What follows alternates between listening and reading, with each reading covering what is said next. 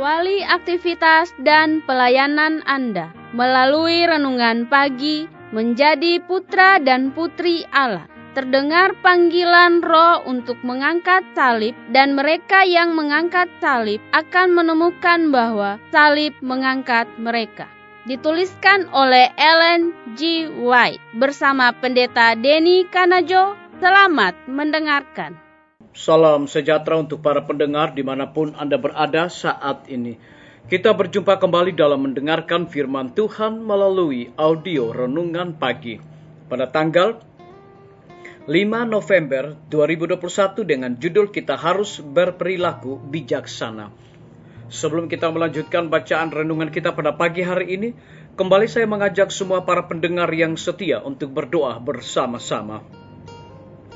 Bapa kami yang bersemayam di dalam takhta kerajaan sorga, terima kasih Tuhan Yesus oleh karena rahmat dan kasih Tuhan begitu besar bagi kehidupan kami, lebih khusus panjang malam di dalam tidur kami hingga tiba di pagi hari ini kami bangun dengan tubuh sehat dan segar. Ini semua oleh karena rahmat Tuhan. Sebelum kami melakukan tugas pelayanan pekerjaan kami sepanjang hari ini, kami rindu untuk belajar mendengarkan firman Tuhan. Curahkanlah kuasa Roh Kudus-Mu kepada masing-masing kami. Terima kasih Tuhan Yesus, ampuni kami Bapa, karena kami sudah berdoa hanya di dalam nama Tuhan dan Juru Selamat kami. Amin. Ayat inti kita terambil di dalam Mazmur 101 ayat yang kedua. Demikian firman Tuhan. Aku hendak memperhatikan hidup yang tidak bercela. Aku hendak hidup dalam ketulusan hatiku di dalam rumahku. Mari kita ikuti penjelasannya. Tidak seorang pun yang maju atau mencolok, tetapi kita diam-diam hidup dari agama kita dengan mata yang tertuju kepada kemuliaan Allah. Kemudian kita akan bersinar seperti lampu di dunia tanpa suara atau gesekan. Tidak ada yang perlu gagal karena seseorang ada bersama mereka yang bijak dalam nasihat, mahir dalam bekerja, dan perkasa untuk mencapai rancangannya. Dia bekerja melalui agennya yang terlihat dan tidak terlihat, manusia dan ilahi. Pekerjaan ini adalah pekerjaan besar dan akan tetap dilakukan untuk kemuliaan Allah. Jika semua orang yang terhubung dengannya melakukan pekerjaan mereka sesuai dengan profesi iman mereka. Kemurnian pikiran harus dihargai sebagai sesuatu yang tak terpisahkan dari pekerjaan memengaruhi orang lain. Jiwa harus dikelilingi oleh atmosfer suci yang murni, atmosfer yang cenderung mempercepat kehidupan spiritual semua orang yang menghirupnya. Yesus dihormati atau dihina oleh kata-kata dan sikap dari mereka yang mengaku para pengikutnya.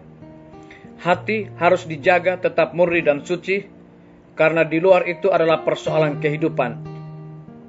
Jika hati dimurnikan melalui kepatuhan pada kebenaran, tidak akan ada suka egois, tidak ada motif korup, tidak akan ada keperpihakan, tidak ada kemunafikan.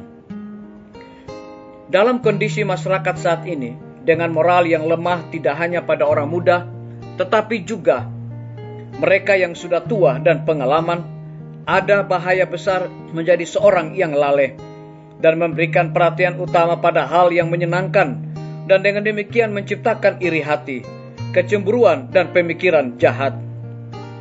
Tetapi hanya sedikit yang menyadari bahwa mereka mengusir roh Allah dengan pikiran dan perasaan, mementingkan diri sendiri, kebodohan, pembicaraan omong kosong mereka.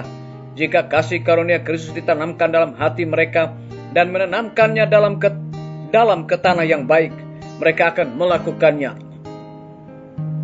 Mereka akan menghasilkan buah dari karakter yang sama sekali berbeda. Kuasa pertobatan dari Allah saja yang dapat membangun prinsip-prinsip murni di dalam hati, sehingga orang fasik tidak menemukan apapun untuk digunakan menyerang. Kemurnian dalam ucapan dan kesopanan Kristen yang sejati harus terus dilatih.